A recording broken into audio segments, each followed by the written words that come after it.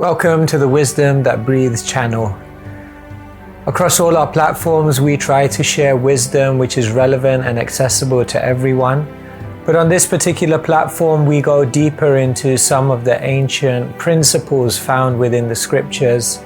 If you find some of the terminology difficult or inaccessible, then go over to our Keshava Swami YouTube channel where you'll be able to find other content which is perhaps more relatable. Thank you and enjoy the wisdom that breathes. Radha Madhava Kunja Bihari Radha Madhava Kunja Bihari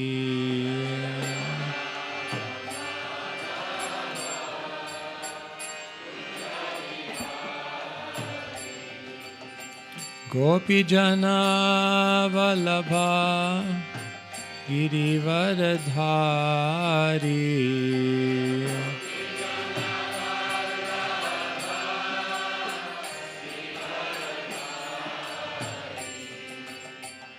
Yashodanandana Braja Janaranjana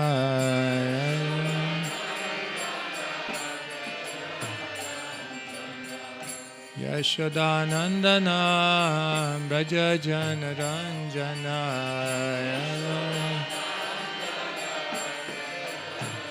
Yamuna Tira Vanachari Yamunadi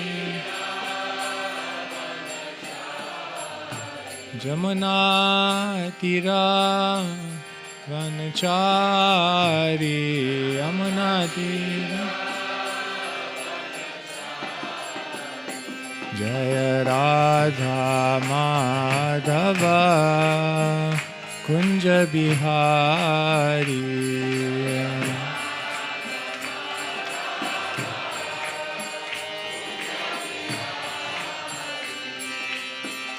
Gopi Jana Vallabha Girivaradhari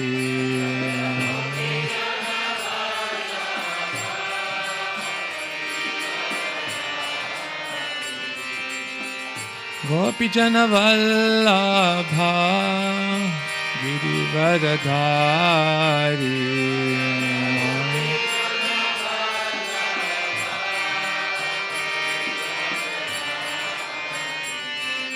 Yashodanandana Braja Janaranjana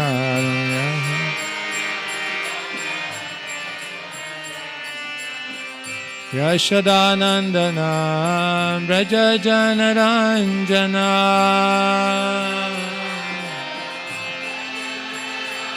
Yashodanandana Braja Janaranjana Yashodanandana Braja Janaranjana Yamuna Tira Vanachari Yamuna Tira Yamuna Tira Vanachari Yamuna Jaya Radha Madhava Kunja Bihari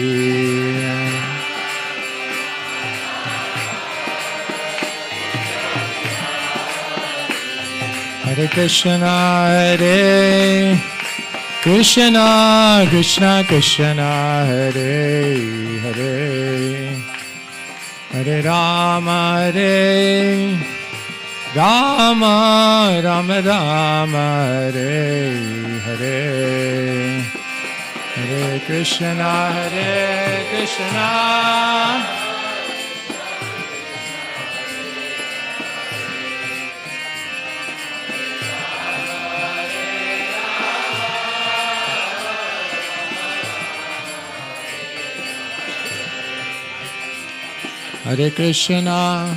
Hare Krishna, Krishna Krishna, Hare Hare, Hare Rama, Hare Rama, Rama Rama, Hare Hare, Hare Krishna, Hare Krishna.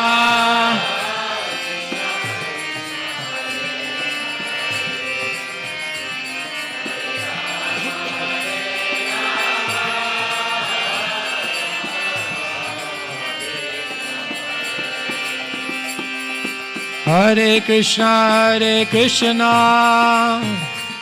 Krishna Krishna, Hare Hare, Hare Rama, Rama Rama, Hare Hare,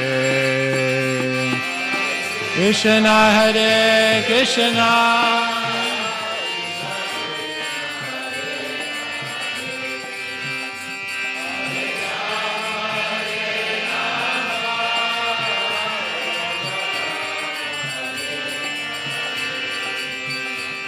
Hare Krishna, Krishna Krishna, Hare Hare, Hare Rama, Rama Rama, Hare Hare, Hare Krishna.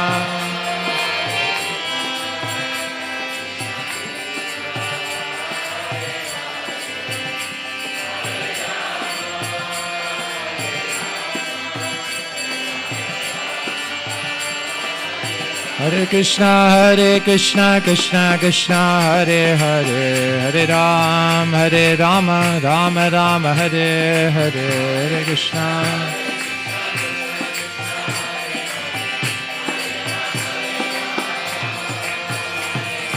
Hare Krishna, Krishna Krishna, Hare Hare, Hare Rama, Rama Rama, Hare Hare.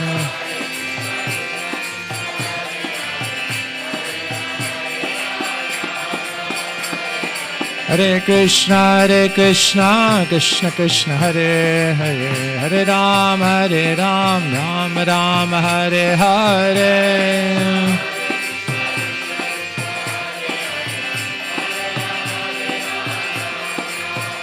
Hare Krishna, Krishna Krishna, Hare Hare, Hare Rama, Rama Rama, Hare Hare.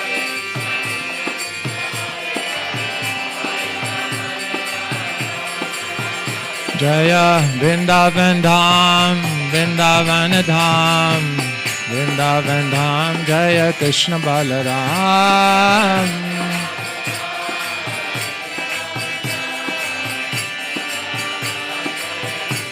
Jaya Vrindavan Dham, Vrindavan Dham, Vrindavan Dham, Jaya Krishna Balaram.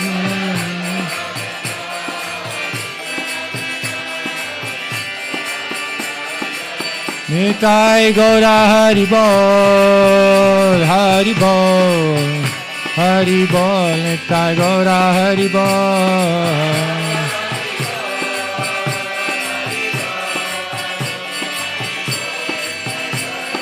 Jaya Jaya Prabhupada, Prabhupada, Prabhupada, Jaya Jaya Prabhupada.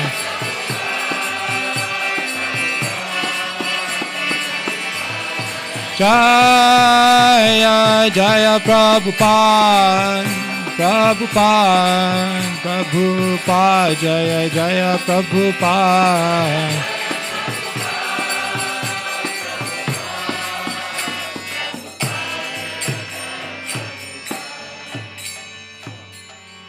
Jai Nitai, Gaura Premanande, Hari Hari Bol.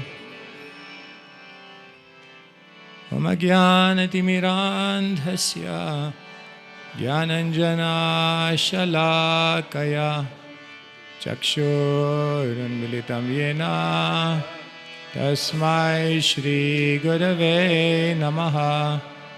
Shri Chaitanya Manobhishtam स्थापितं येन भूतले स्वयं रूपा कदा मह्यं ददाति स्वपदान्तिकं वन्देऽहं श्रीगुरो श्रीयुतापदकमलं श्रीगुरोन् वैष्णवांश्च श्रीरूपां साग्रजातं सहगना रघुनाथान्वितं तं सजीवं साद्वैतं सावधूतं हरिजनासहितं कृष्णा चैतन्यदेवं श्रीराधा कृष्णपादान् सहगना ललिता श्रीविशाखान्वितांश्च हे कृष्णा करुणा सिन्धु दीनबन्धु जगत्पते गोपेशा गोपिकान्ता राधाकान्ता नमोऽस्तुते तप्ता काञ्चन गौराङ्गी राधे वृन्दावनेश्वरी वृषभानुसुते देवी प्रणमामि हरिप्रिये वाञ्छा कल्पतरुभ्यश्च कृपा सिन्धुभ्य एव च पतितानां पावनेभ्यो वैष्णवेभ्यो नमो नमः। श्री कृष्ण चैतन्य प्रभु नित्यानंद श्री अद्वैता गदाधर श्रीवासदि गौर भक्तवृंद हरे कृष्णा कृष्णा कृष्णा हरे हरे हरे राम राम राम हरे हरे। ग्रंथराज श्रीमद् भागवतम की जय।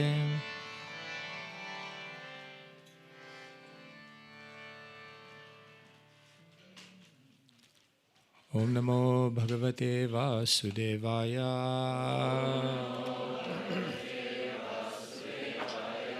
ओम नमो भगवते वासुदेवाय।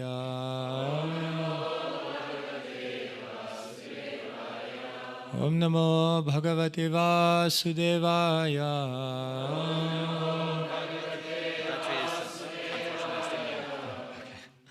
ओम नमो भगवते वासुदेवाय।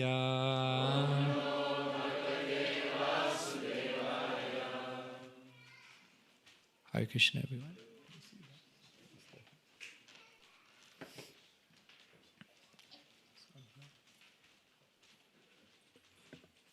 Should we put the screen maybe a little bit Back, like yeah. 50 centimeters? So, Hare Krishna, good morning, everyone. Thank you so much for coming. If someone can just give me a thumbs up when it's there.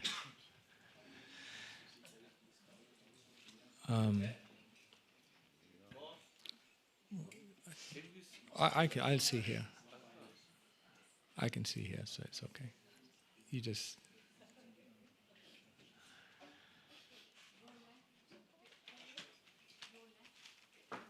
like this? Okay.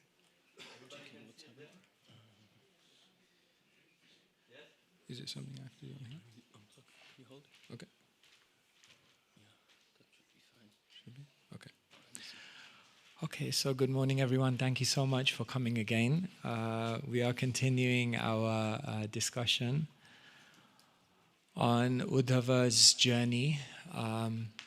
When I gave the title for the seminar, I actually gave the title Krishna's Final Instruction.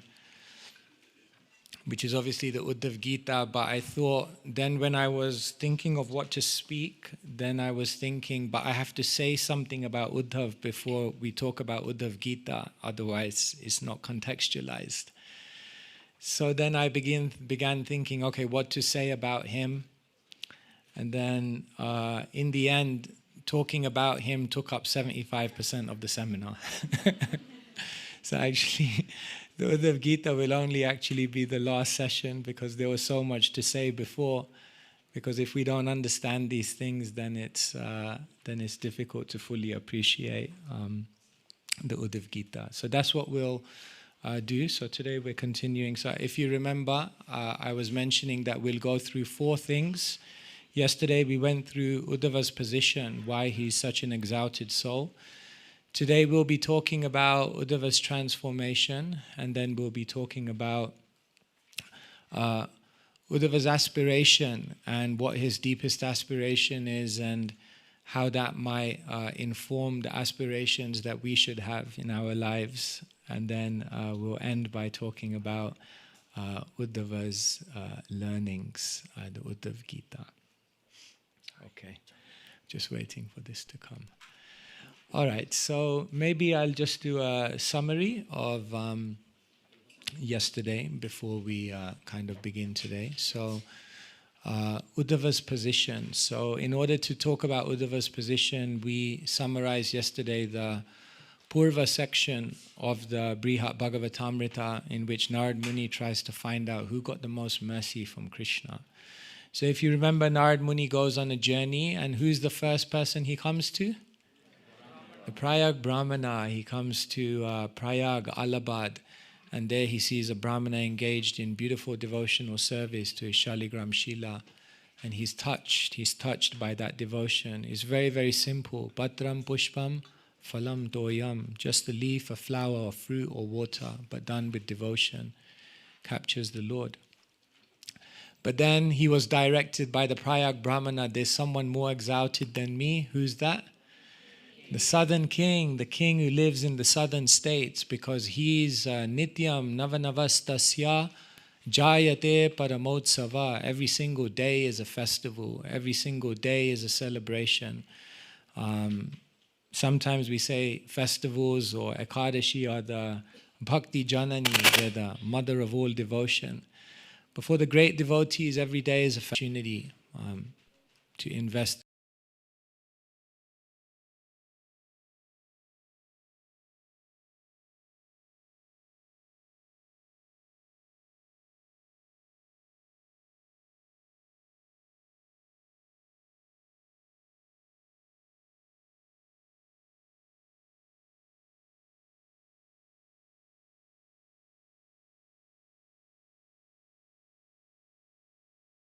And there you need to go and meet Brahma. So he went to see Brahma. Brahma takes incredible responsibility.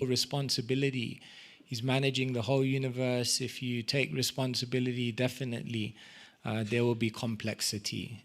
Once a devotee asked Prabhupada, I'm temple president, what's the job description? Prabhupada said, if something goes wrong, it's your fault. Okay, this is difficult. So Brahma takes incredible responsibility. So when Narad came to him, Brahma said, no, it's not me. If you want to know, you need to get out of this material world, because Brahma, Bhuvana Loka, from the highest planet down to the low, we all could be susceptible to falling. Therefore, you need to go beyond the material world. You need to go to Shiva. So he went to Shiva. Shiva is glorified. Tapyante lokatapena sadavo prayaso jana. How do you know who's a great personality? Just look at them and see how much voluntary suffering do they take on to relieve the suffering of others. Param aradhanam. There's no higher way to worship Krishna than this. So the exalted Vaishnavas, they're ready, all suffering. Okay. No problem. So he went to Shiva, and Shiva said, no, not me. They call me Vaishnavanam Yathasambhu, but there's higher. There's a Bhakta Shiromani. If you want to know who got the most mercy, go to Prahlad. So he went to Prahlad. Sutala Loka, and then in Prahlad's presence, Prahlad said, no, not me, I just remember. But we have to be active because Krishna Nitya Das. We are the servants of Krishna. So if you want to know who got mercy, who did the most service? Hanuman. So he went to Hanuman, and in Kim Purusha Loka, in Hanuman's presence, Hanuman said, no, not me, because the Lord was in my life, but he left, but there were others he was constantly with, and that is the Pandavas. The Pandavas, the Lord they didn't just serve the Lord, but the Lord served them. The Lord became their messenger, their charioteer. The Lord became their savior in so many situations, my God. They're so exalted that the Lord comes personally to serve them. But they said, no, we still have somewhat of a formal relationship. Yes, we're friends, but Krishna has a formal tie to us because we're both working in partnership to make the world a better place. But there's another family which is much more exalted, who is Krishna's own family, and that is the Yadavas. So then he went to the Yadavas, and the Yadavas said, yes, definitely, but there's one amongst us who Krishna trusted. Remember, it's one thing to trust Krishna. We're constantly asking, how can I trust? How can I have more faith? How can I invest my heart in Krishna? But the more advanced devotees ask themselves the question, what can I do so that Krishna will trust me? And if Krishna trusts me, then you can understand that someone is very exalted. So Uddhava was trusted by Krishna. So Narad went to Uddhava, and then finally Uddhava explained that I don't know how he ended up to me, because there are devotees who are more exalted than me. And it works. Thank you so much. No worries. You gave me time to do a summary. Appreciate it. Thank you so much. All right. Okay, so like this, he then said, no, it is not me. It is the gopis of Vrindavan.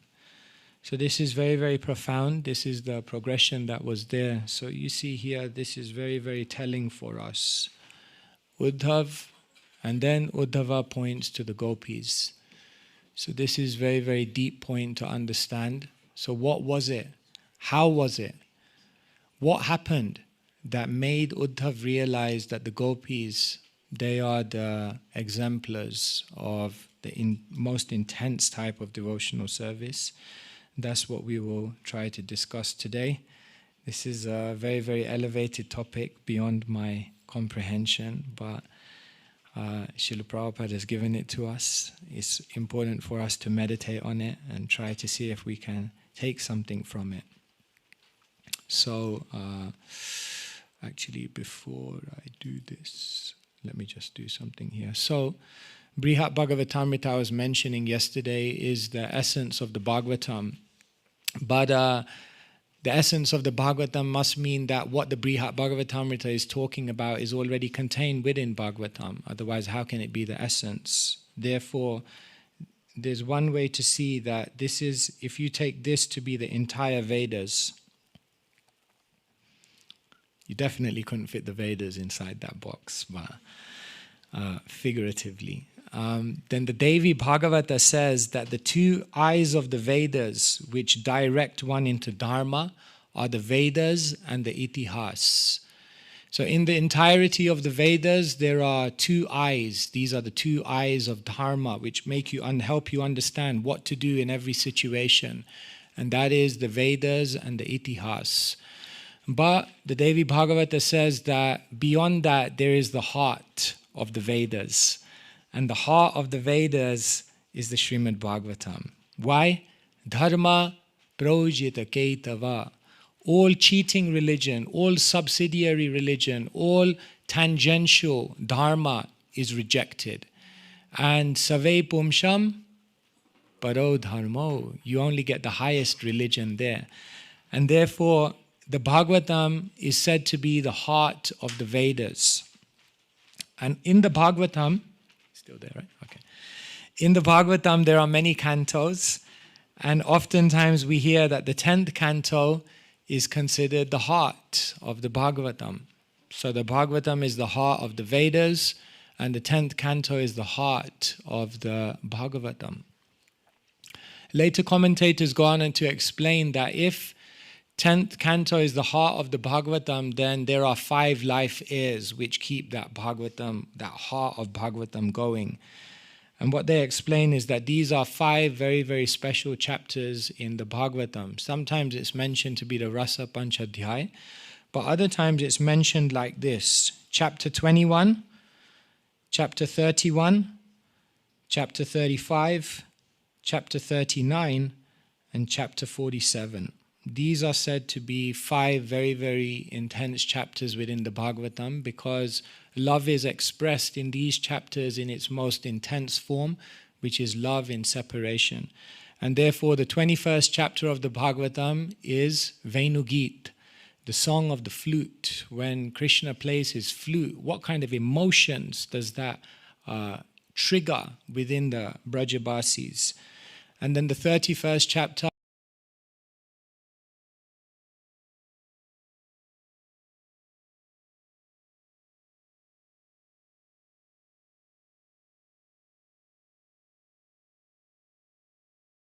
graze the cows in the pastures of Braj.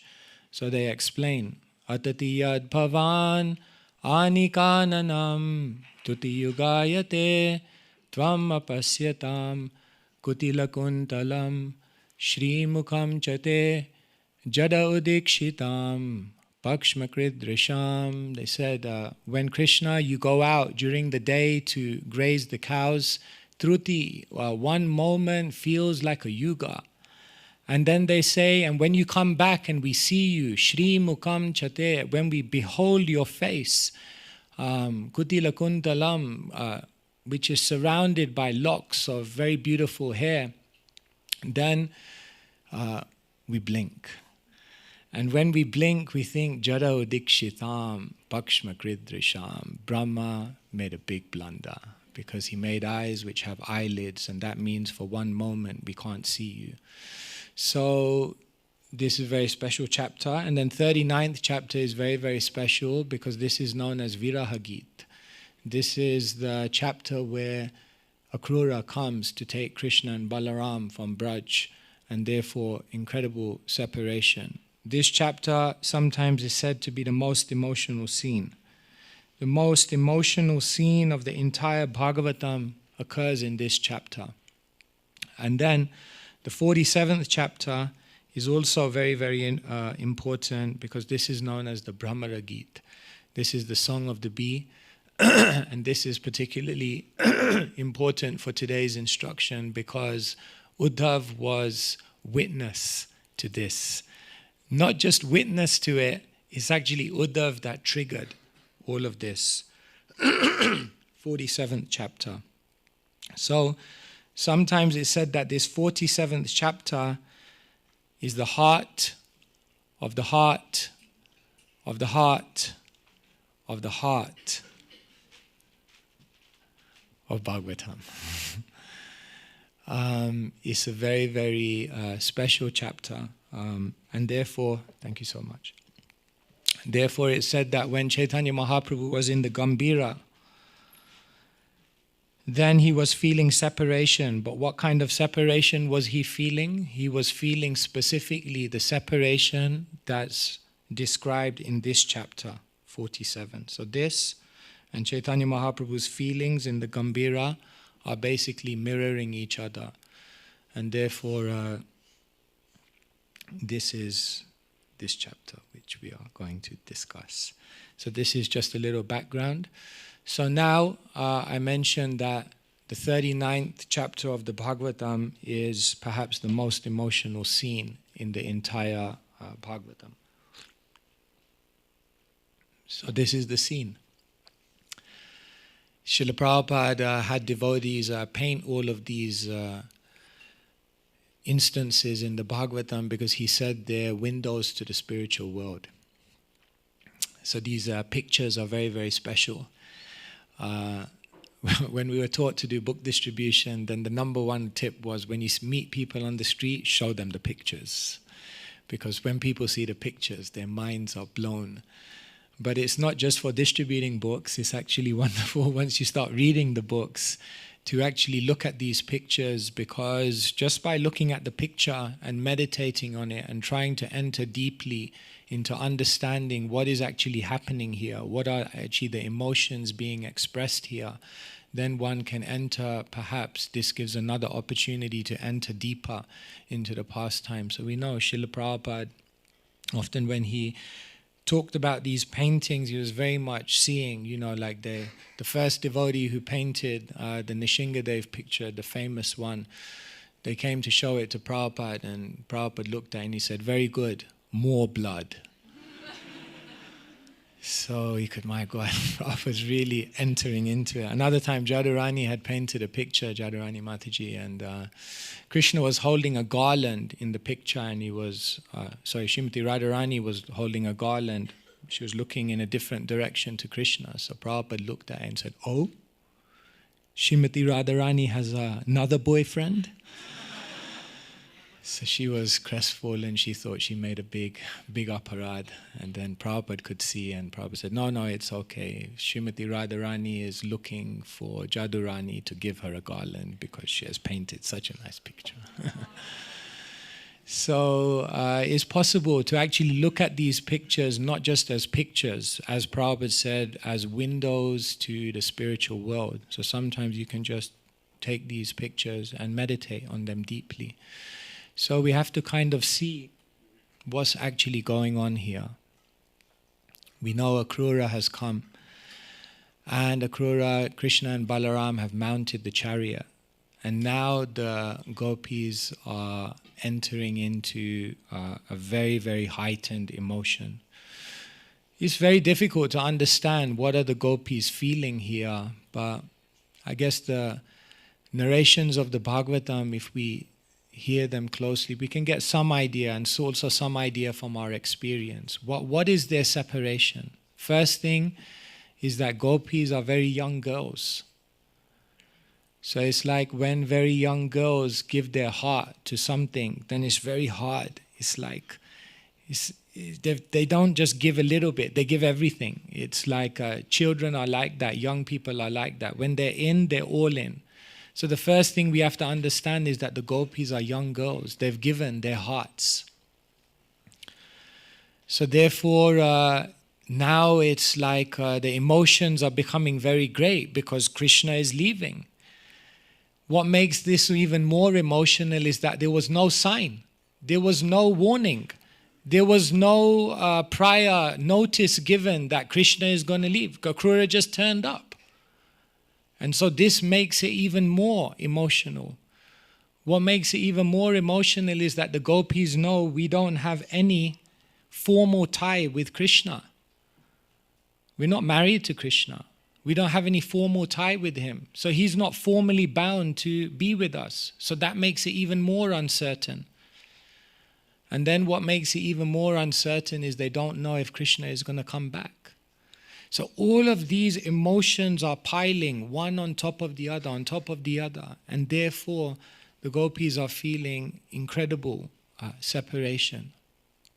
But then, Krishna does something which takes it to another superlative degree.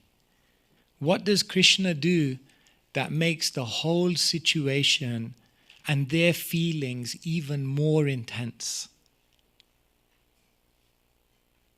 Anyone can think? Krishna does one thing which just makes it like unbearable. The Bhagavatam tells us, Ayasya iti dautake. In these words, dautake, Krishna sends a duta. As the chariot is leaving, Krishna sends a duta, a messenger. And what does that messenger tell the gopis? Ayasya iti. I will return. Now this takes everything to a superlative degree, because there's two types of disappointment. Hopeless disappointment and hopeful disappointment. Which one do you think is worse? hopeful disappointment is worse. If you know someone has gone and they'll never be back, it's disappointing, but at least there's closure. But the moment you keep it open, the moment you give an opportunity, the moment you say there's a glimmer of hope, then you can't live, and at the same time you can't die. So therefore you are in a suspended existence. And therefore the gopis said, when Krishna, you uttered these words, you sent us into a ghostly existence, because we couldn't live and at the same time we couldn't die. And so this just sends everything to a higher level. And so the separation is heightened. It's said that you can know how much you love someone by how much attention you give when they're present, by how much separation you feel when they're absent. But the gopis' love was so superlative that even in Krishna's presence, they felt a heightened separation. And when Krishna finally left, then that just went. So when we kind of meditate on some of these points and then we look at this picture, we kind of can enter more deeply into what is actually going on here. So Krishna left, and the gopis were living a ghostly existence. And this was the situation in Braj.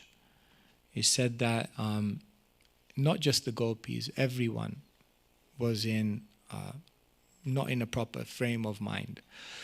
One of the commentators says the trees were drying up, and even all the trees in Braj, what is Braj without the trees? The trees were all to leave their body, but there was only one way the trees were staying alive: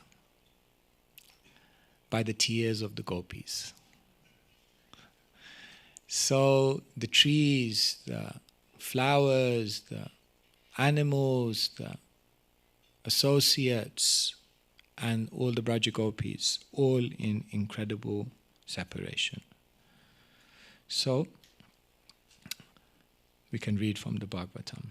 Please repeat after me. Maita prayasham preshte duraste gokulashriya smarantyonga vimuyanti viraho kantya vivala maita prayasham preshte duraste gokulastriya smarantyonga vimuyanti viraho kantya vivala maita prayasham preshte duraste gokulastriya smarantyonga vimuyanti viraho kantya vivala. If anyone would like to repeat.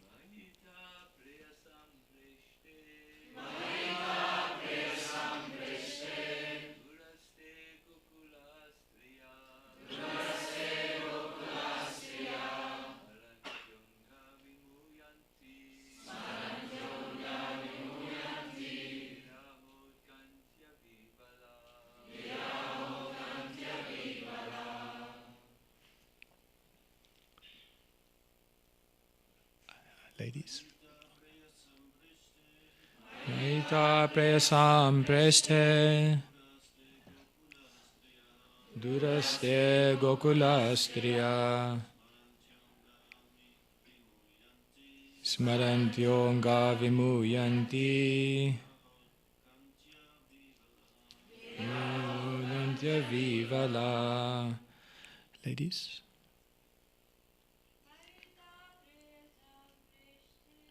Maita prayasam preshte Duraste Gokulastriya Smarantyonga Vimuyanti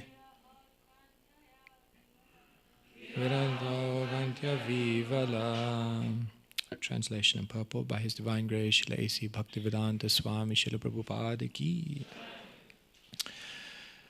So Uddhav is with Krishna in Mathura, and Krishna has just called Uddhav to tell him to go to Braj. So he's explaining why he wants him to go to Braj.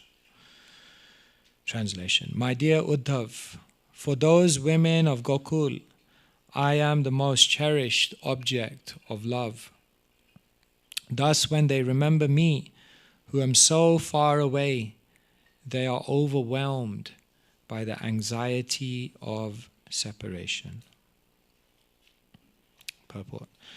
Whatever is dear to us becomes an object of our possessiveness. Ultimately, the most dear object is our very soul, or ourself.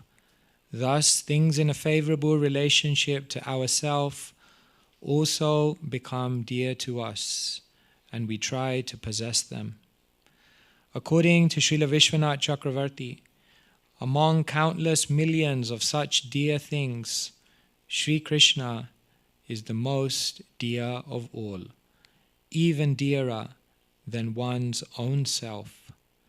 The gopis had realized this fact, and thus they were stunned in separation from the Lord because of their intense love for Him. Although they would have given up their lives, they were kept alive by the Lord's transcendental potency. Srila Prabhupada Ki. So Krishna left, and then Krishna killed Kamsa.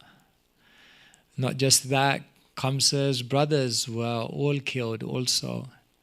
And not just that, the wrestlers were also killed.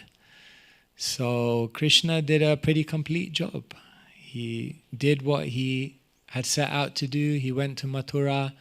Akrura had called him to battle with Kamsa. Job done. Krishna did it. So the natural question arises, once Krishna did it, why didn't he just go back? Why didn't he keep his word? He said, I will return, I will be back soon. Why didn't Krishna just go back to Vrindavan? The question also arises, if the Brajabasis were so aside with separation, once Krishna had killed Kamsa, why didn't they just go to Mathura to see him?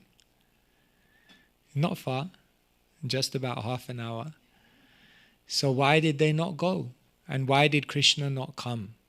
So this has been the subject of many, many conversations in the Shastra, much analysis, far beyond my own capacity to describe. But essentially the Acharyas described that there are external reasons why Krishna didn't go back, external reasons why the Brajabasis didn't come, and then there were internal reasons why Krishna didn't go back, and internal reasons why the Brajabasis didn't come. Externally, the reason Krishna didn't go back is because although he had killed Kamsa, he knew the project of killing demons is not done. Sometimes it's like that in ISKCON. You start a project with a 1-year deadline, and 10 years later it's still going on. It's still going. So Krishna knew this is an expanding project. Yes, I've killed Kamsa, but that's not the end of the game. Because Kamsa is associated with Jarasandh.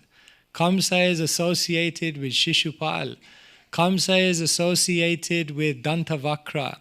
And these are all formidable people, and they've made alliances with Kala Yavan and so many demons. So Krishna knew this isn't the end of the story. The project is still going on. And therefore, if I go back to Braj now, it's not going to be right, because Mathura is going to get invaded, and even they may come to Braj, and I don't want to disturb the situation. So let me finish the situation. Let me close the project. Then it said, but then why didn't the Brajabasis come to Mathura? So the acharyas say, well, the external reason is that Krishna had told them, I'm coming.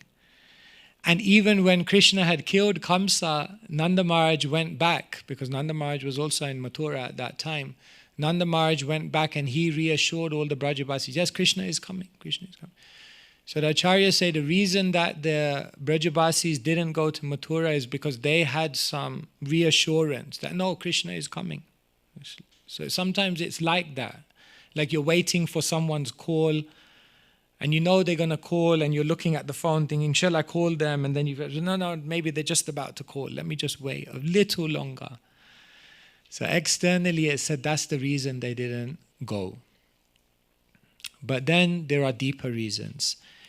Internally, why did Krishna not go back to Vrindavan after killing Kamsa?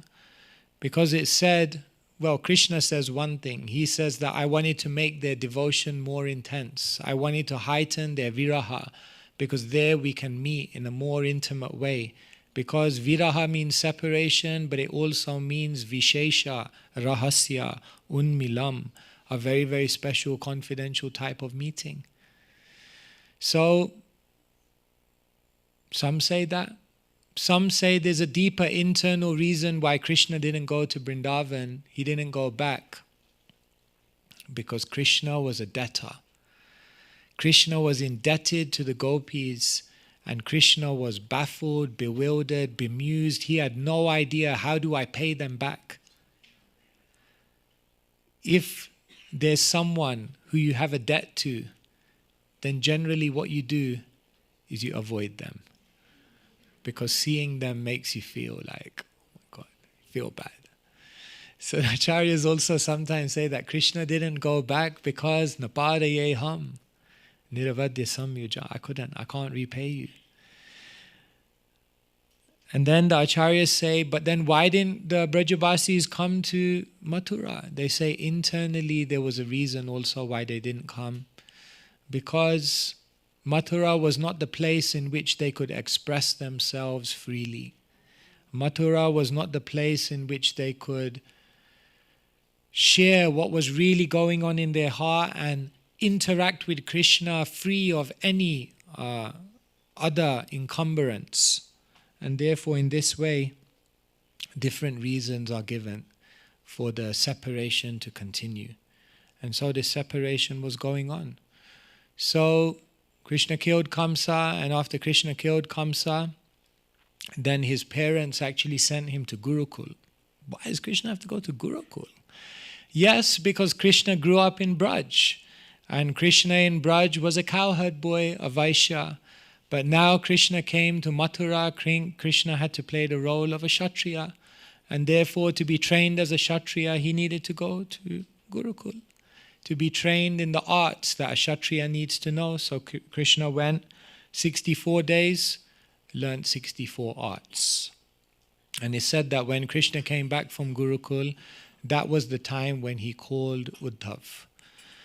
Krishna had many, many associates in Mathura. His whole family was there. But Uddhav, as we mentioned yesterday, was very, very close to Krishna in many, many ways. And when Krishna thought that I need to send a message to Braj, then he thought of Uddhav. Krishna was struggling to find, who shall I send to Braj? Who will be able to understand? Who will be able to appreciate? Who will have the ability to be able to do this very, very important task for me? And Krishna chose Uddhav. You see, Jiva Goswami explains in Gopal Champu that in Mathura they had almost like an unspoken agreement that nobody talks about Vrindavan here. In Mathura, nobody talks about Vrindavan. Number one, because they can't really understand Vrindavan and how the Brajabasis interact with Krishna. But number two, because if they start talking about Vrindavan, they're scared that Krishna may just develop the attraction to want to go back, and therefore he'll leave us. And therefore it said in Mathura no one really talked about Vrindavan. But Krishna had to find someone. So Krishna chose Uddhav.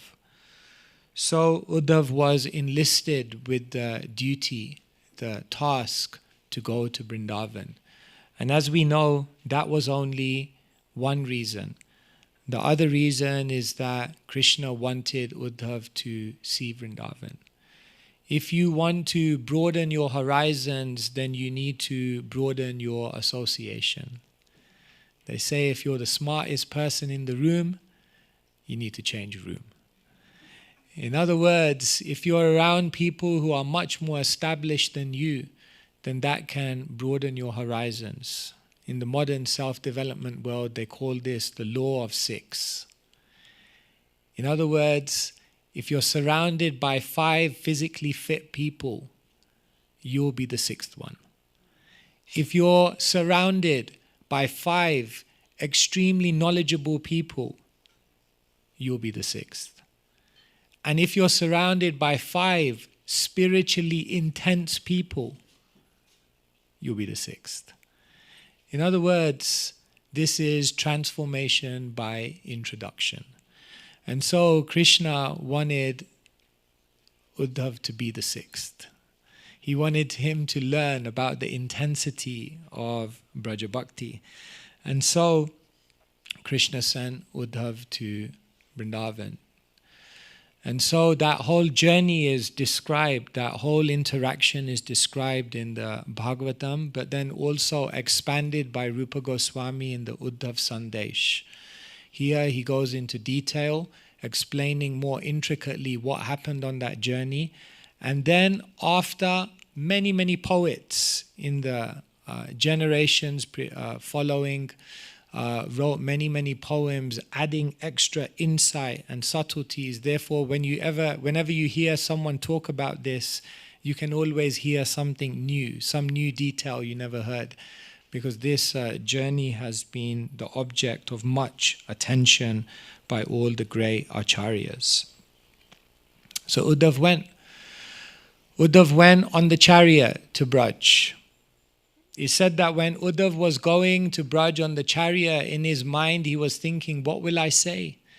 Uddhav was the disciple of Brihaspati. In today's terminology, that's like a triple PhD. And he was thinking, now I'm going to go to Braj, a simple village, to speak to the young girls who are, milkmaids. What conversation will I have with them? Imagine you take a triple PhD professor and then you tell him to go and give a 3-hour class to 7-year-old kids. What will you say? So Uddhav was thinking, anyway, Krishna has told me to go, at least I'm equipped with his letter. I'll go there and I'll spend a little bit of time there. I'll do what Krishna wants me to do and then I'll just come back. I'll fulfill the instruction and just come back. So that was Uddhav's thinking. So Uddhav arrived in Braj. It said he arrived at sunset. This is very significant. Sunset is a very, very beautiful time in Braj. Because sunset is the time when all the cowherd boys come back.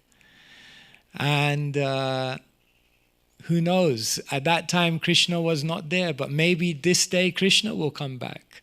So that was always a very much anticipated time in Braj, the time of sunset. And so Uddhavji arrives at sunset, and it's explained that he comes in on this chariot of Mathura, but nobody sees him. How can you not see him? There's a chariot. It sticks out. In Braj, there's no chariots. There's only bullock carts. Why did no one see him? Because it's explained that when all the cowherd boys and the calves and the cows come back at sunset, then there's a massive cloud of dust. And so Uddhav kind of came when there was this massive cloud of dust. So he almost entered Braj like inconspicuously. And then he arrived in Braj, and his first thought was to go to the home of Nanda Maharaj. So one poet says he came into Braj, and then he was thinking, where is Nanda Maharaj? He asked one Braj, where is Nanda Maharaj's house? One Brajabasi says, no, you can't see. Just look at the stream. Stream? Yeah, there's a stream of water there. Just follow the stream. This is the stream of tears. And if you follow this stream of tears, then you will reach the house of Nanda Maharaj. And so that's what Uddhav did. He followed the stream of tears. Satyananda Maharaj writes a very beautiful poem, The Road of Tears. You have to have a road of tears. The road of tears leads to Krishna and Krishna's most dear associates. So Uddhav followed the stream of tears and he arrived at the house of Nanda Maharaj. It's explained that Nanda Maharaj and Yashoda, they were both obviously steeped in separation, but Nanda Maharaj was still externally able to talk, able to interact, able to engage with others. But it's said that Yashoda, just not possible. It didn't matter who spoke to her, no one could comfort her, no one could console her, nobody could counsel her, and whatever anyone tried to do to converse with her, she was just not able to compose herself to even talk. And therefore, if you read in the Bhagavatam, Uddhav doesn't even speak to Mother Yashoda because she can't speak. Uddhav only speaks to Nanda Maharaj. And Nanda Maharaj understands Krishna Anuchar. Oh, this is Krishna's messenger, Uddhav. Yes, and then he begins asking Uddhav many questions about Krishna. And does Krishna remember? And does Krishna ask about us? And what's Krishna doing? And what happened after Krishna killed Kamsa? So he asks many, many things. And he said that all night Uddhav and Nanda Maharaj are speaking together. So they passed the night like this. And then it said the next morning Uddhavji wakes up. He wakes up and he realizes, yes, now I must go and deliver Krishna's letter to the gopis. So in Braj, everything starts very early. So the Braja gopis begin early their duties in the village. So they are doing all their different items, different tasks for the day. Remembering Krishna. Sometimes it's said they're doing a spontaneous kirtan, because they are churning and their bangles are like kartals. The rumbling of the mortar is like a mridanga. And while they're doing that in their mind and in between each other, they're recounting Krishna's pastimes. So kartals, mridanga, glorification, spontaneous kirtan. So the kirtan is going on. Satatam kirtayanto mam. Always chanting my glories. So Uddhav is there in the chariot, and in the distance the gopis notice, a chariot? No chariot, it's only bullock carts here. Chariot? And then they look closer and they realize, my God, this looks incredibly similar to the chariot that came when Akrura arrived and took Krishna away. And their first thought is that the gopis are thinking, this is Akrura has come back again. Of course, they had a lot of anger towards Akrura because they said Akrura was the messenger of Yamaraj. Kamsa was like Yamaraj because Kamsa took Krishna out of Vrindavan. But Akrura was like a Yamaduta because the Yamadutas come and they rip the soul out. And therefore the gopis criticize the Akrura. They say, you are just like a Yamaduta because you rip the soul out of Braj. And so they're thinking this is Akrura, and amongst them they're talking, Akrura, first he killed us, maybe he's come back now to take our bodies. And then they go closer and they see, no, this is someone who resembles Krishna. Oh, this is someone who resembles Krishna. The battery has gone, I think. What to do?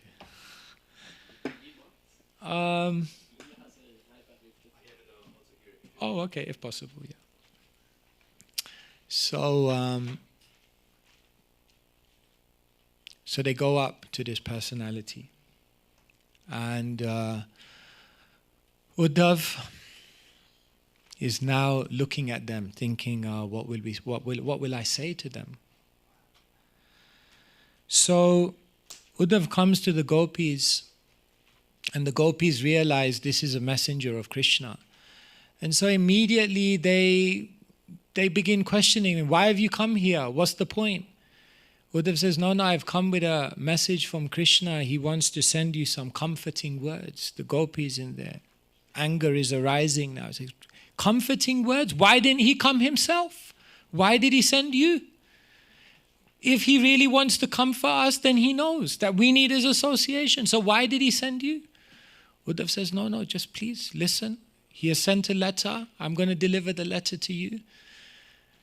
And like this, Uddhava begins to reveal to them what Krishna has sent, what Krishna wants to tell them. So he removes the letter, he gives the letter to them. In some descriptions, it's mentioned that as soon as they take the letter from Krishna, then they begin smelling the letter. And they just kind of put that letter on their head and all over their body, because this is one way in which they can be close to Krishna. And so like this, in the beginning, they don't even read the letter. Just being close to something that Krishna has touched, that Krishna has engaged with, that Krishna has put his heart into, that already brings so much solace. But then Uddhava starts relating Krishna's message to the gopis. And as you all know, as soon as Uddhava begins delivering all this philosophy that Krishna wanted to give to the gopis are just not impressed at all. Yo mam pasyati sarvatra sarvam cha mai pasyati tasyaham na pranashyami sachame na pranashyati. Krishna says, just see me in everything. I'm all pervading. I'm everywhere. And if you see me everywhere and see everything in me, then you will never be lost, and I will be never lost to you. In other words, you'll always be able to see me. The gopis look at Uddhava. You don't understand. The problem is not that we can't remember Krishna. The problem is we can't get him out of our mind. Uddhava tries to tell them further. No, Krishna says the only reason that I stay away, the only reason that I haven't come back, the only reason that I distance myself from you is because I want to increase the intensity of love you have for me. And the gopis look at Uddhava and say, you don't get it. He wants to increase our intensity. There's nowhere else higher for our intensity to go. The next step is death. Does Krishna want to kill us? Then Krishna will have to incur the sin of killing a woman. And then Krishna will have to come and perform our funeral rites. Uddhava something is happening within him. He's realizing, my God, all this knowledge which I held in such high esteem, all this gyan which filled my heart and my mind for all these years, now I'm seeing that there's a type of rasa which transcends all of this tattva. So he's beginning to see all of this. Uddhava says, no, please take this philosophy, take these words of Krishna, take these comforting insights. And the gopis look at Uddhava and they say, we don't know where to put your philosophy. Every single inch of our entire being is hijacked by remembrance of Krishna. There's no more space for anything to go in. And seeing all of this, Uddhava has a transformation within him. Transformation by introduction. He begins to realize, actually, now I know why Krishna sent me here. Now I know why Krishna chose me to come here. Because Krishna wanted to introduce me to Vraja Bhumi, Vraja Basis, Vraja Leela, Vraja Gopis, and Vraja Bhakti. And he realizes this is why. And he becomes so enchanted by what he sees that he was thinking, I'll come and spend a few days and go back. And Uddhava ends up spending different things are said, but generally 6 months it's said. Uddhav spent 6 months in Braj, observing, discussing, conversing, becoming affected by that energy that pervades this very, very special land. And so Uddhav undergoes an incredible transformation. And he goes back. He goes back after all those months. Krishna must have been waiting for him. 6 months. One commentator says when Uddhav came back, when Uddhav came back, then he also came back around sunset time, and he had heard Uddhav is back, so he was looking for Uddhav. And of all places, he found Uddhav milking a cow. So, Uddhav milking a cow? What are you doing? You're a triple PhD. You don't milk cows. Krishna realized, he understood.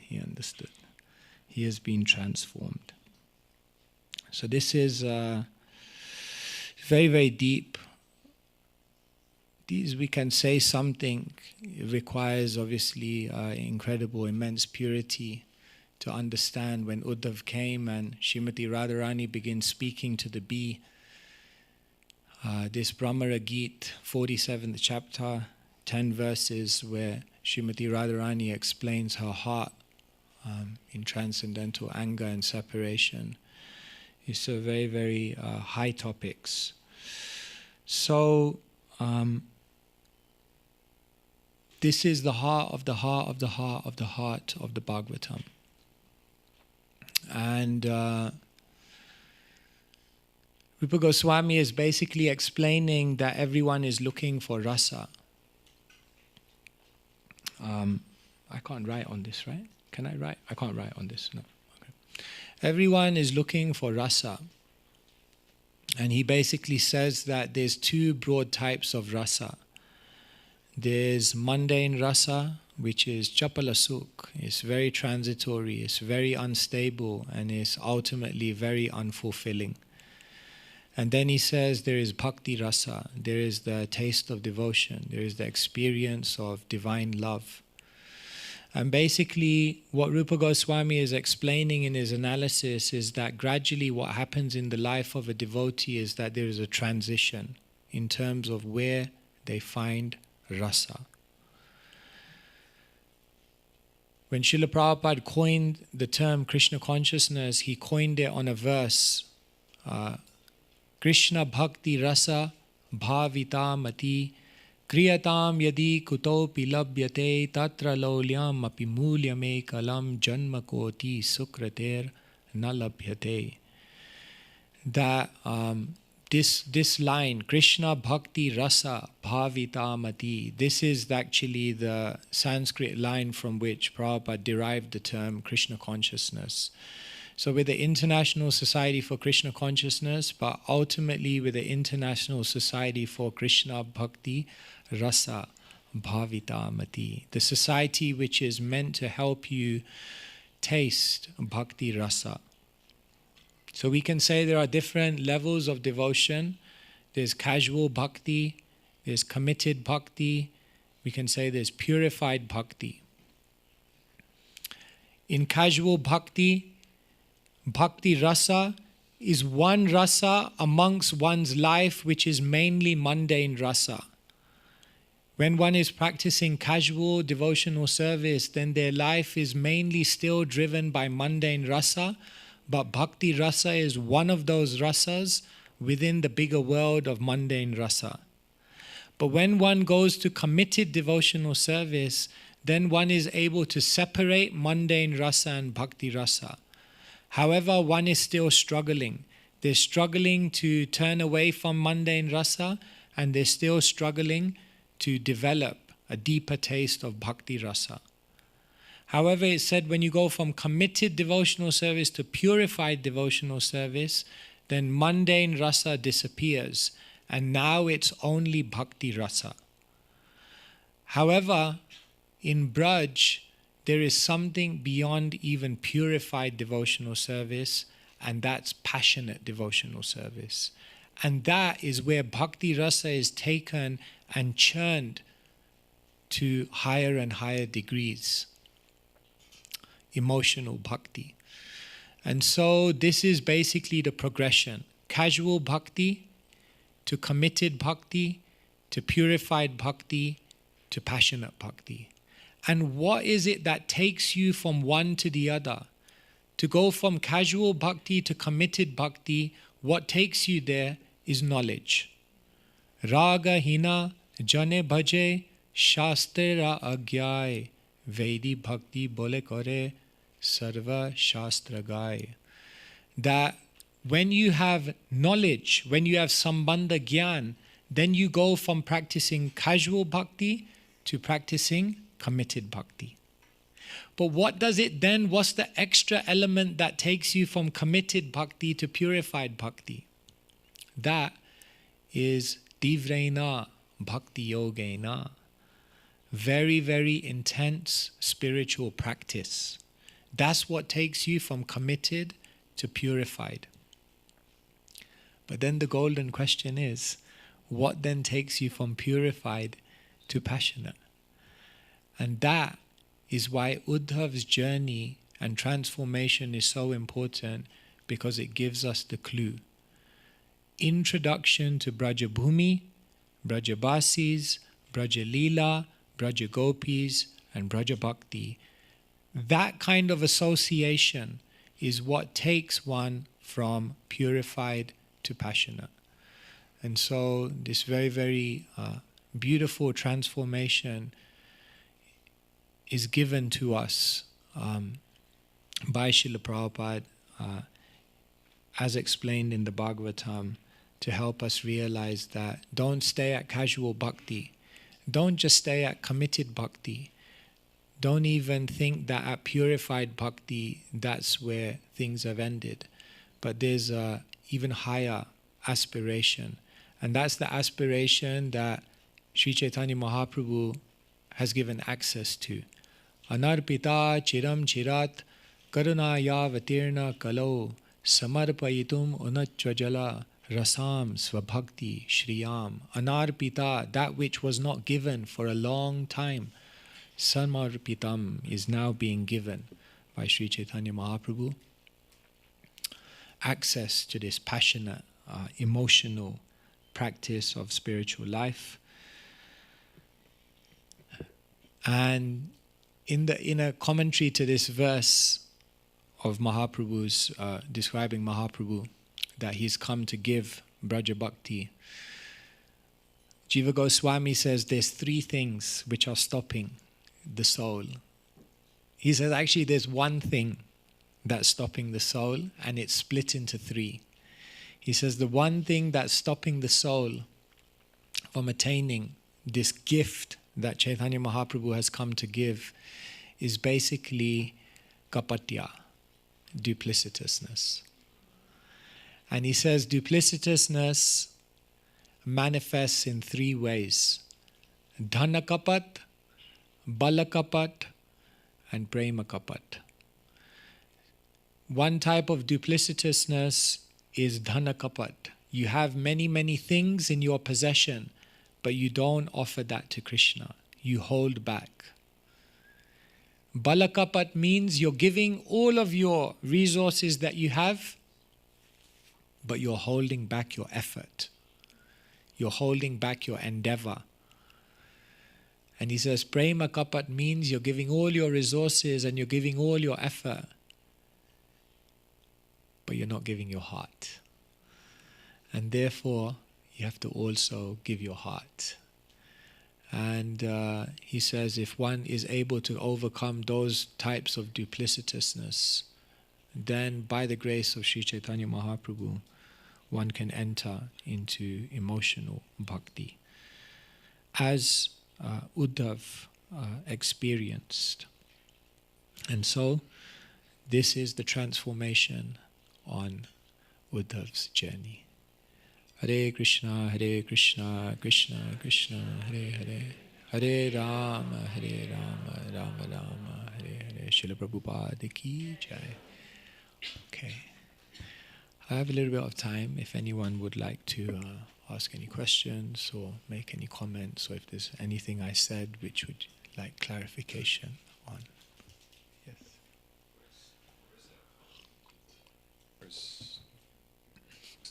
This explanation is in the, I'll find the exact reference for you. It's in the Sandarbhas.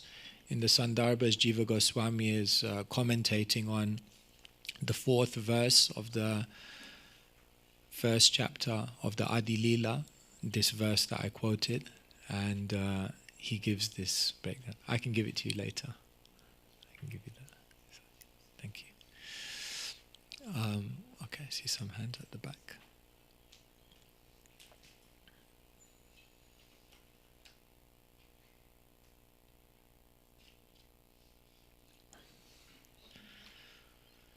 Hare Krishna Maharaj, thank you so much for the class. My question is related to, well, of course the human experience is extremely different to the experience of gopis. Saying that we experience pain from being separated from the people that we love. And my question is, how do we make peace with separation without being afraid to love? Sometimes when you hate saying bye, you avoid the meeting altogether. Or when you do meet, you're not entirely present because of that fear. Are you talking specifically about relationships of this world, or are you talking about with Krishna? Relationships Of this world. Okay, yes, thank you.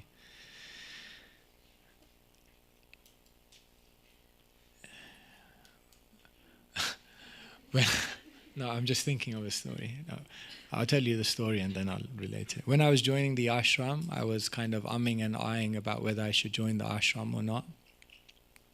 And then one brahmachari sat me down, and I thought he was going to give me a long philosophical talk, but he just looked at me and he said, "Better to have loved and lost than never to have loved at all." So I was thinking, is he telling me to get married? Like, what? I couldn't decode it immediately what he was trying to tell me. But then I realized what he was trying to tell me was just give it a go, try it out, and then if you lose it, if you don't, it's okay, because I wasn't sure if I'd do this for my whole life or whatever. So that's what he said: better to have loved and lost than never to have loved at all. And perhaps there's some truth in that statement of Shakespeare that what is life without love? Prema dhana vina vyartha daridra jivan dasa kori vetan more deha prema dhan. Kaviraj Goswami says, prema dhana vina vyartha daridra jivan. If I don't have prema, then I must be considered a very poor soul. Dasa kori, therefore make me your servant, deha prema dhan, and give me the wealth of love. So the reason why the residents of the spiritual world, even though they feel the acute pangs of separation, they still never fail to give their hearts in love, because they realize that love is life. There's no life without love. Sometimes that example is given is like drinking a boiling hot sugar juice. When you drink it, it burns your tongue, but it's so sweet that you can't stop drinking it. So therefore, what's the value of a life without love? What's the value of a life without relationships? What's the value? It's not really any life at all. Sometimes we teach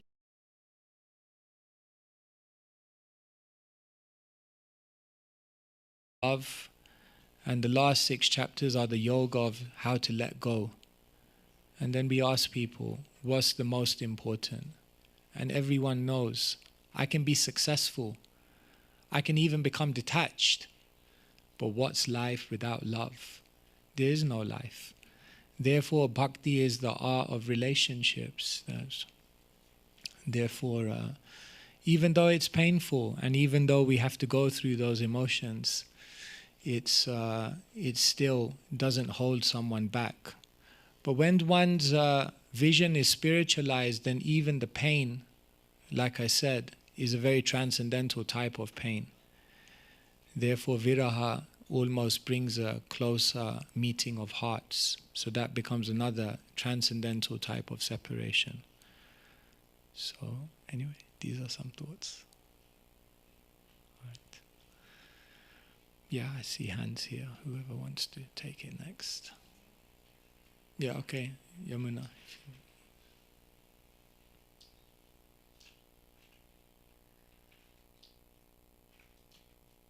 Thank you so much for your lecture, Maharaj.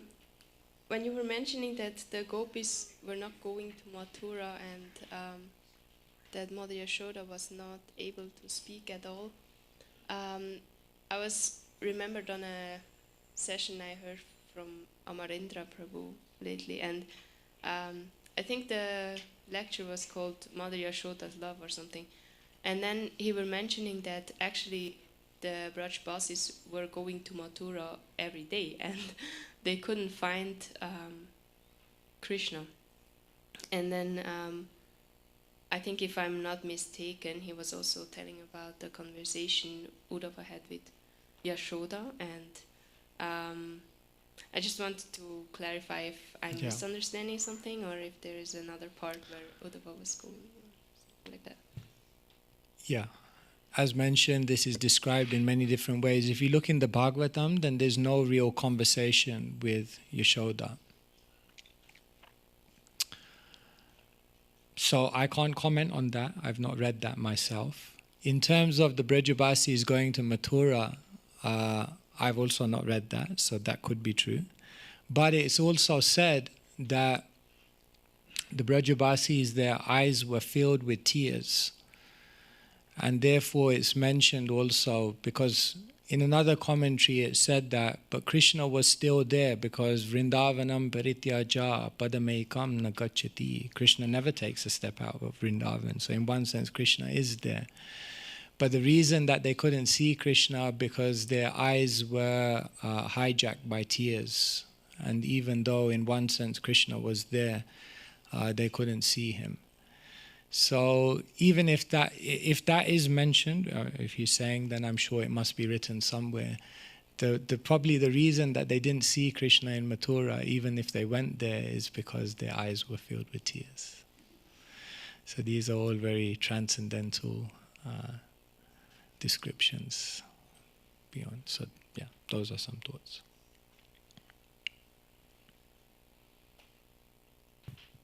Hare Krishna, Maharaj. Thank you so much for sharing this rather, I would say, heavy topic in a way. I have one question about Balakapat and how to overcome that tendency, because I've personally carried that topic in my conditioned nature, not overcoming that ignorance and I would say inertia, because we all get, like nourished with so much strength, which is meant to be put in service and expression of love. So please, could you share on that? Laziness, lethargy, procrastination, this is what I think you're talking about. How to overcome this, how to overcome laziness, lethargy, procrastination. If we analyze why we procrastinate and why we don't give our full energy to something, you could see that it's on many levels. The first thing is a lack of inspiration. In other words, if you don't have a vision, if you don't have something on the horizon that has enchanted your consciousness, if you don't have something incredible that you're aiming for, then there's a good chance you're going to procrastinate. But when your vision, when your aspiration, when your North Star is so vivid in your mind, when you wake up in the morning, you know, I have to do something about this, because the aspiration is too exciting. Therefore, I tell people the best alarm clock in the world is purpose. So the first reason why we have procrastination is because we don't have a vision. But you may have a vision, but the second reason why you may procrastinate is because you don't have a plan. Because we don't know how today's activities are going to take me to my cherished aspiration. Because we don't know, what am I supposed to be doing today? What am I supposed to be doing in the next week? What's actually my roadmap to get where I need to get? So when you don't have a plan, you may also procrastinate. But sometimes, even when you have a vision and you have a plan, we still procrastinate. And that's perhaps because we don't have the right environment and the right association around us to inspire us that you can do this, you can go on this journey. And so I guess my analysis of how to overcome procrastination is, first you have to have a vision, and then you have to have a plan. And then you have to situate yourself in an environment in which you can thrive. And so the most impactful, the most influential, and the most inspired people in the world spend time investing in these three things. Investing in deepening their why, understanding their vision. Invest in reflecting and planning their life. And invest in building an environment and an association around them that gets them moving on a day-to-day basis. And if you do those things, then you'll find that you start becoming more and more active. Some thoughts? Thank you. Would you say that counts for Swadharma and Sanatan Dharma the same, or Same concept, I think. Whether you're talking and for a devotee, the Swadharma is not material. Yeah. Swadharma, actually, in the life of a devotee, yat karoshi, yad ashnashi, yad johoshi, dadashi yat. So they're not thinking the same way they think about their devotional service is the same way they think about everything. They say how you do anything is how you do everything. And therefore, for someone who's actually established on the devotional path, everything becomes a conscious endeavor. Everything, it's not like this material part of my life I don't really have much enthusiasm for, but then I have enthusiasm for the spiritual parts of my life, because everything is connected.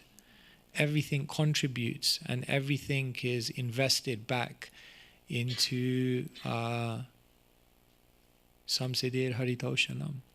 Otherwise, shrama eva hi kevalam. It's a waste of time. Why am I even doing this then? If it doesn't connect to Krishna, why am I even doing it? All right. Yeah.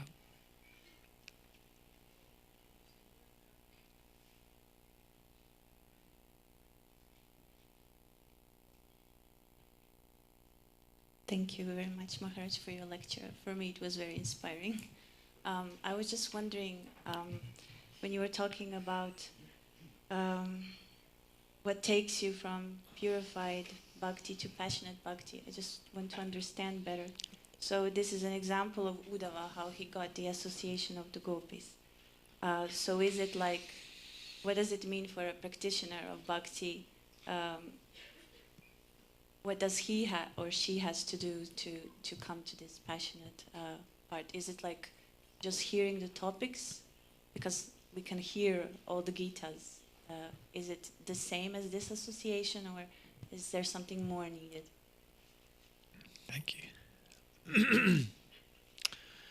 Rupa Goswami summarizes all the instructions of life basically into the Upadeshamrita. And then he says there is a Upadesha Sar. There is an essence of all instructions. Tannama rupa charitadi sukirtananu smrityo kramena rasana manasi niyojya tistan vrajay tadanuragi jananugami kalam nayad akhilamityupadesha saram. There's a Upadesha Sar, an essence of all instructions. And what is that? Tistan vrajay. You have to always live in Vrindavan. And how do you do that? Vraj Anuragi Ananugami, you have to follow a resident of Braj. So what does that mean? Your question is, what does that mean for us? Well, we know that the greatest Brajabasi, at least in our contemporary times, is Srila Prabhupada. And therefore the first thing is to associate closely with Srila Prabhupada. What does that mean? Well, to read his books. What does that mean? To understand his heart, his mood, to serve his mission, to live one's life thinking, what would Prabhupada want me to do? When you live aligned with a Brajabasi like Srila Prabhupada, then by their association, one gets entrance. And so Srila Prabhupada was the ambassador of Braj. Srila Prabhupada opened the doors to Vrindavan. So to follow Srila Prabhupada. And then what does that mean? That yes, also in one's life, by Srila Prabhupada's mercy, there will be those who became touched by Srila Prabhupada's mercy and who are following in his mood and his desire for us all to love Krishna in Vrindavan. So at a certain time in life, we will become nourished by those Vaishnavas. So we seek out that association of sincere, intense individuals who are trying to love Krishna. And so in one sense, we don't have to overcomplicate it. We actually have to do the simple things really well. That's actually what it is. And sometimes people make it quite, like, how do I awaken Raganuga Bhakti? One devotee gave an answer which kind of made a lot of sense. He said, well, it's just like boys and girls. When they come of age, you don't need to sit them down in a classroom and explain what attraction is. Now I will teach you, listen carefully, like pay attention. This is what it means to be attracted. When you come of age, it comes. Simultaneously, when one becomes purified, when one comes of age, when one becomes mature. But yesterday's verse said that, Divrena Bhakti Yogena, it quite has to be intense. Otherwise, okay, is that okay?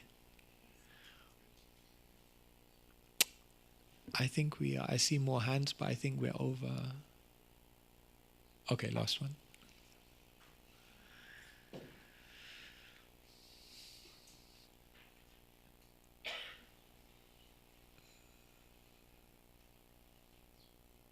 Hare Krishna.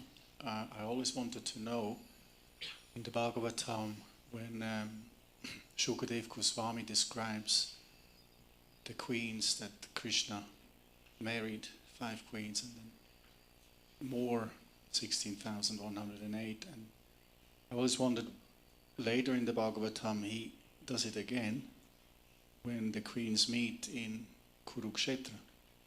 I was always wondering why Shukadev Goswami bothering to do it again, like twice, a whole chapter in the Bhagavatam. To describe the marriage? It's the first time it's Krishna marries the 5 queens, and then it describes how he conquers the 16,100. But then in Kurukshetra, the queens meet and they relate to each other how they got married to Krishna. So I was just wondering why did Shukadev Goswami explain it why again? is that described twice? Yeah. In different ways. Yeah, I don't know if I could second guess Sukadev Goswami why he. No, we find this often that pastimes are sometimes repeated. Just for example, I mean, even we're talking about Uddhav, like, for example, Uddhav recalls the pastime of Putana when they're speaking between Vidura and, Uddhav, and then that pastime is again obviously repeated in the 10th canto of the Bhagavatam. So I don't know if there's necessarily always a meaning behind why pastimes are sometimes said twice. Sometimes it's just part of the natural flow of the narrative, that in that conversation it was just a point which came about, which was then described in the pursuance of other points coming about in that conversation. So basically, I guess what I'm saying is that I don't know of any reason. And my sense is that oftentimes there may not be a reason. It's just the natural flow of a narrative in which sometimes certain things are described twice. It's not just pastimes. There are certain verses in the Bhagavatam that are also repeated verbatim twice. Many. Actually, I thought there was only a few, but actually someone revealed to me that there's actually many more than I thought. And in the beginning, I thought that the two verses I knew that were repeated twice in the Bhagavatam, one of them is Tulayama Lavenapi. It's a very famous verse talking about the power of association with a devotee. And the other verse, which was repeated in the Bhagavatam verbatim, is what Krishna tells the gopis and what Krishna tells the wives of the yogic brahmanas when they come to meet him. He tells both of them basically go home, like go back. So these two verses are repeated twice. So I always thought, oh wow, that's because these are two very important. But then there's other verses in the Bhagavatam which are quite, in one sense, obscure.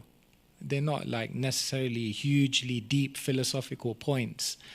But they appear in the Bhagavatam twice, pretty much verbatim. And so sometimes repetition isn't necessarily because there's a deep point that's being made. It may just be because it's just the flow of the narrative, like that. Some thoughts. Is that okay? I don't know what to do. This hands, shall I stop? I think I should stop much. Yes, I think I'll stop, probably because then we have another session and I don't want to.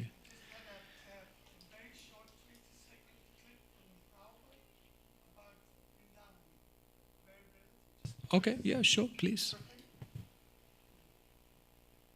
Oh, here I am sitting in New York, the very great, the world's greatest city, so magnificent city.